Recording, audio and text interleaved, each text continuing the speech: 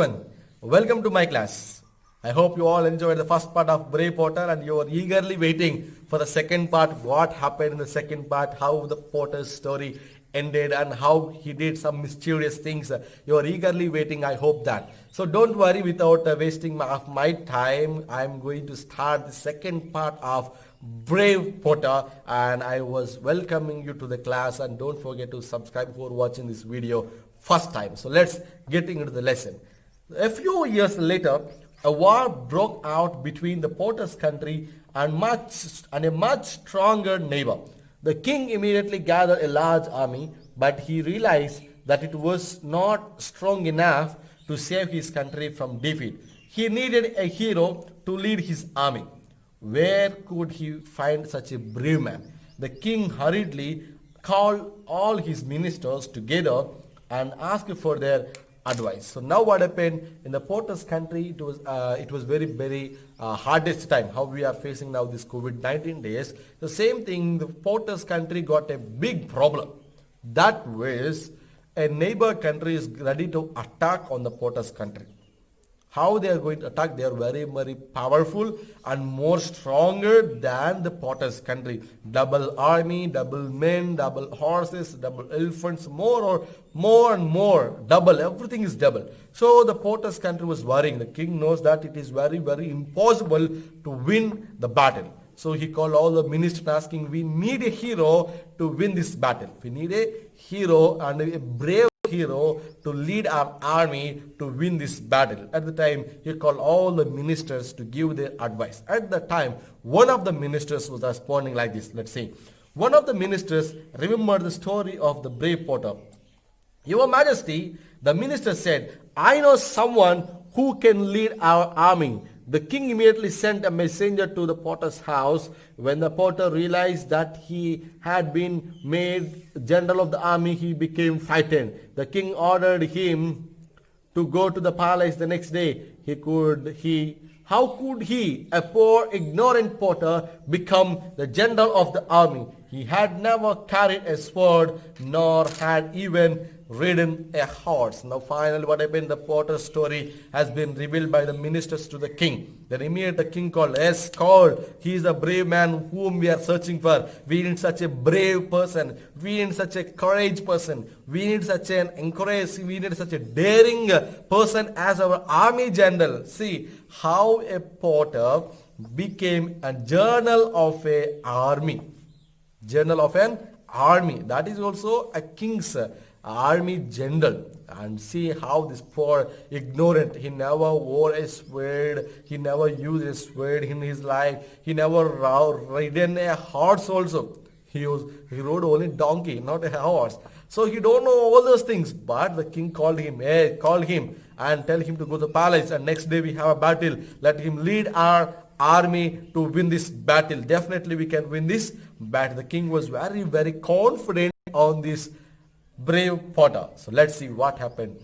Oh, how I shall die because of that stupid donkey, groaned the Potter to his wife. He has only brought us trouble. So now the Potter was thinking that because of that poor stupid donkey, I got all this problem. If the donkey was here, if the donkey was inside the home, inside the stable at the time, I won't go to the forest. Instead of the donkey, I won't bring the tiger home. Then I won't become the famous to this place. I won't be called as the brave Potter. Now the king called me to make me as a general. So all these things happened only because of that poor stupid donkey. So that king, the Potter, was worried and groaned to his wife, saying about the poor donkey and stupid donkey. The next day he went with his wife to the capital. The king was pleased to see him and ordered the Potter to lead the army into battle the next day. The enemy were not far from the gates of the city.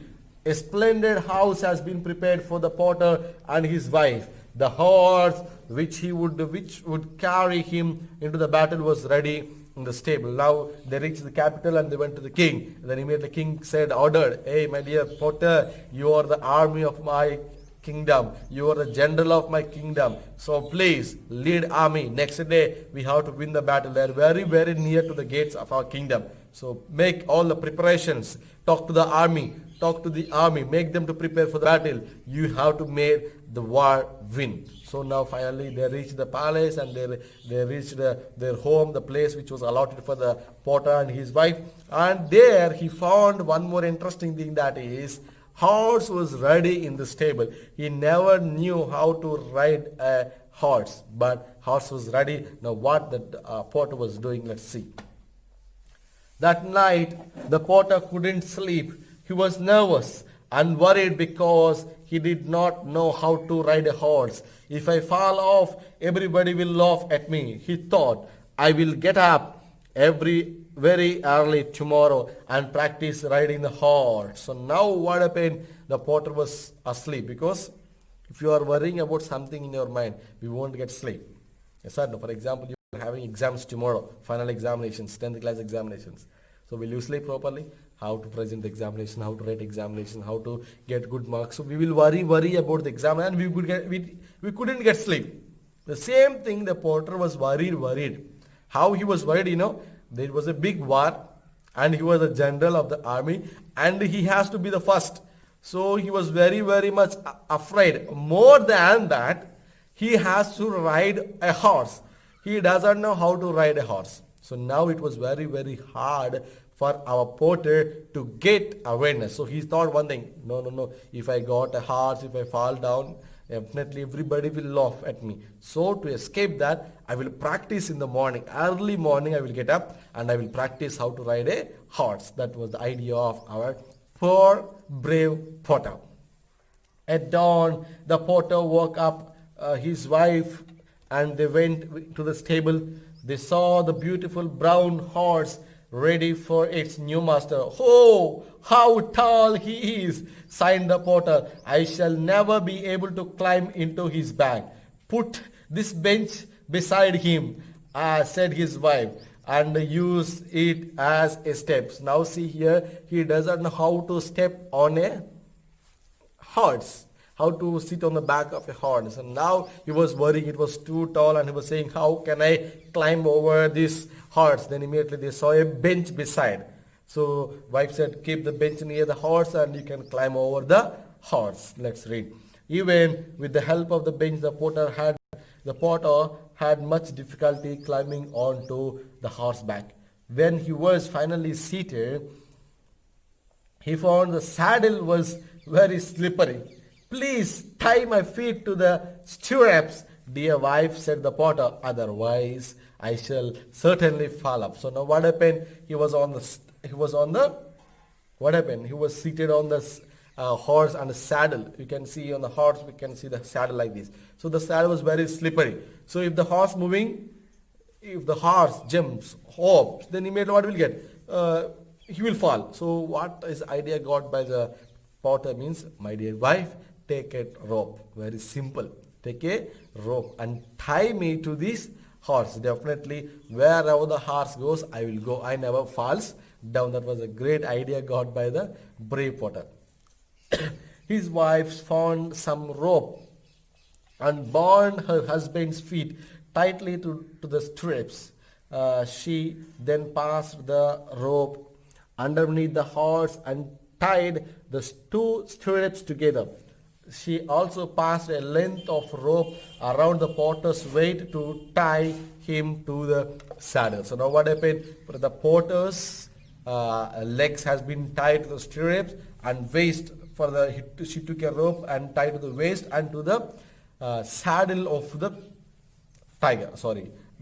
horse. So now his legs won't move, his body won't move anywhere. Wherever the horse goes, he will go along with the horse.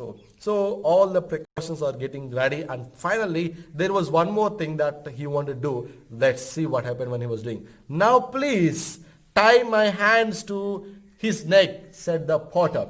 Meanwhile, the big brown horse was impatiently pawing his hooves on the ground.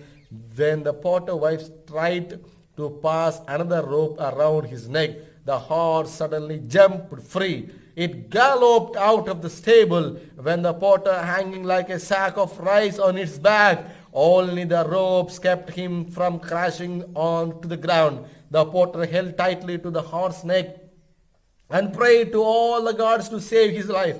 After galloping through the quiet streets, the horse crashed through the gates, city gates, and raced across the open fields. It leapt over fences and streams and began to head for the office of enemy's camp. When the porter realized where they were going, he tried harder than ever to stop the horse. He pulled wildly the reins, but it was no use. The horse galloped on. Now what happened? Finally, the horse was very patiently waiting because they were tying ropes. When the wife is going to tie a rope around its neck, impatiently the horse galloped, means jumped and started moving. So already the legs was tied, waist was tied. So now immediately the poor brave porter, what happened? He took his hands and tied strongly to the neck of the horse, and the horse was moving very fast, going all over the streets and across the city gates and moving the rivers and it is going to reach the enemy's camp. It was going to reach the enemy's camp. Now he know that definitely it is going to the enemy's camp. So how can I escape? How can I escape? So he closed his eyes and praying to gods, please save me from this condition. So poor brave porter praying to all gods to escape from this condition. So now what happened? Let's find out.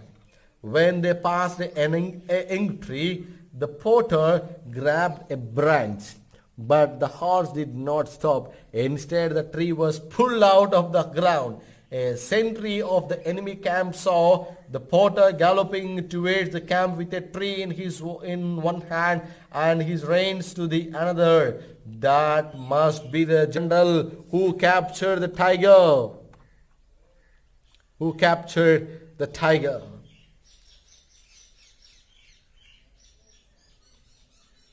With his bare hands, he thought.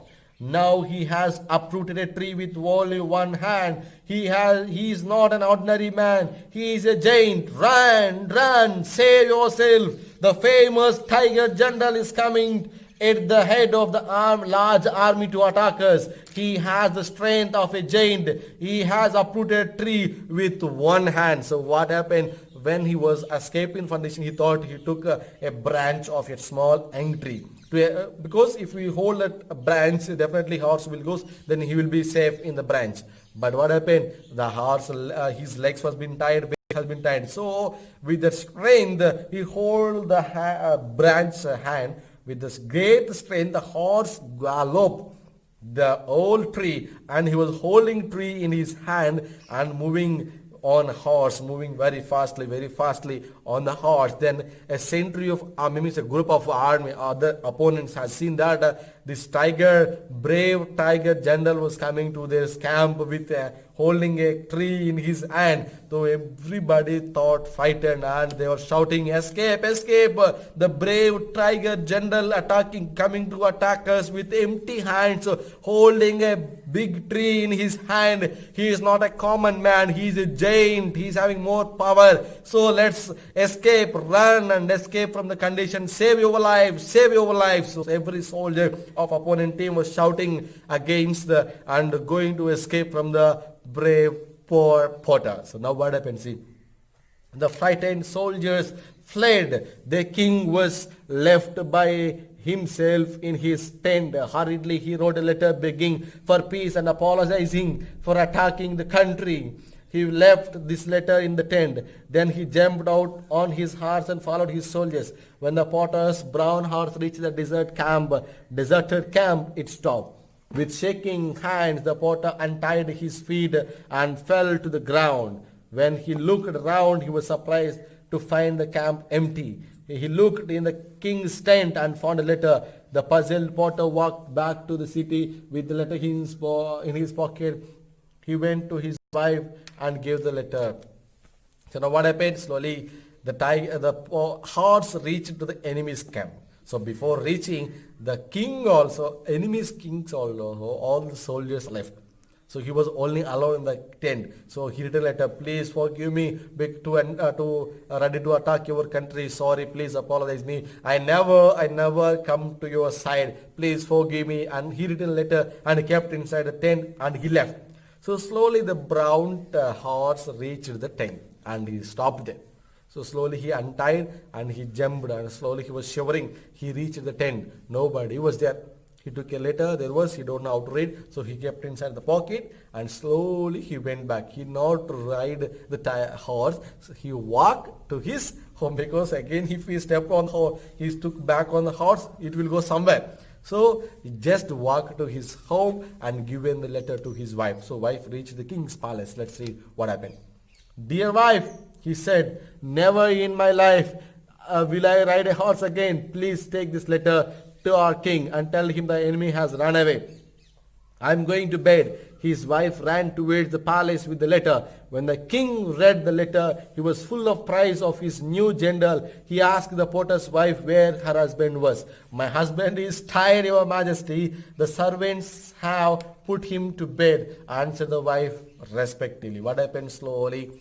So she took letter and came into king's palace and given to king. King was very happy to read the letter and he was very proud and praised the young general, the porter general to his kingdom and saying, where is my brave general? Where is he? And the wife said he was very tired because he fought against the enemy, right? Because he don't know how to ride the tiger horse. So with the frightenedness, he got sick and he tired and he was fall asleep. So now the king was very happy and wife was very happy and porter saying that I never again ride a horse. Please don't make me to get the chance again. Let him rest today. Tell him to come tomorrow to receive his reward, said the king. Next morning, the porter went to king's palace.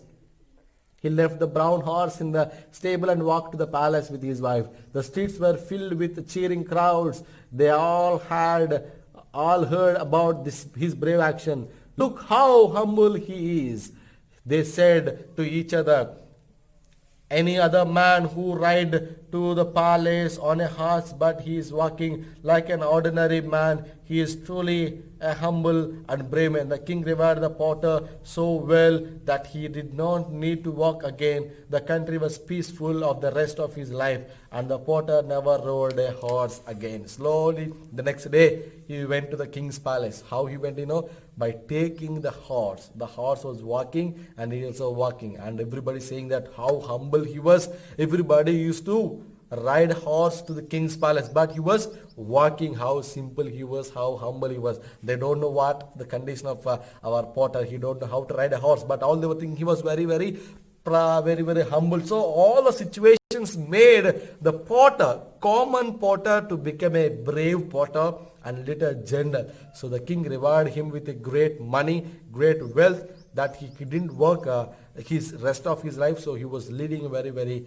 happy life. So that was the end of our story. Circumstances. Sometimes situations will make a common man to an extraordinary man. Ordinary man to an extraordinary man. So situations will demand, situations will change. So don't worry about your lives. At any time you will get a great opportunity to get success in your life if you are worrying about something in your life. So it was a great humorous story with a great moral in our life to wait for something in our life. So that is the end of our story. The brave porter. Really easy brave? That's up to your choice. Thank you for watching. Don't forget to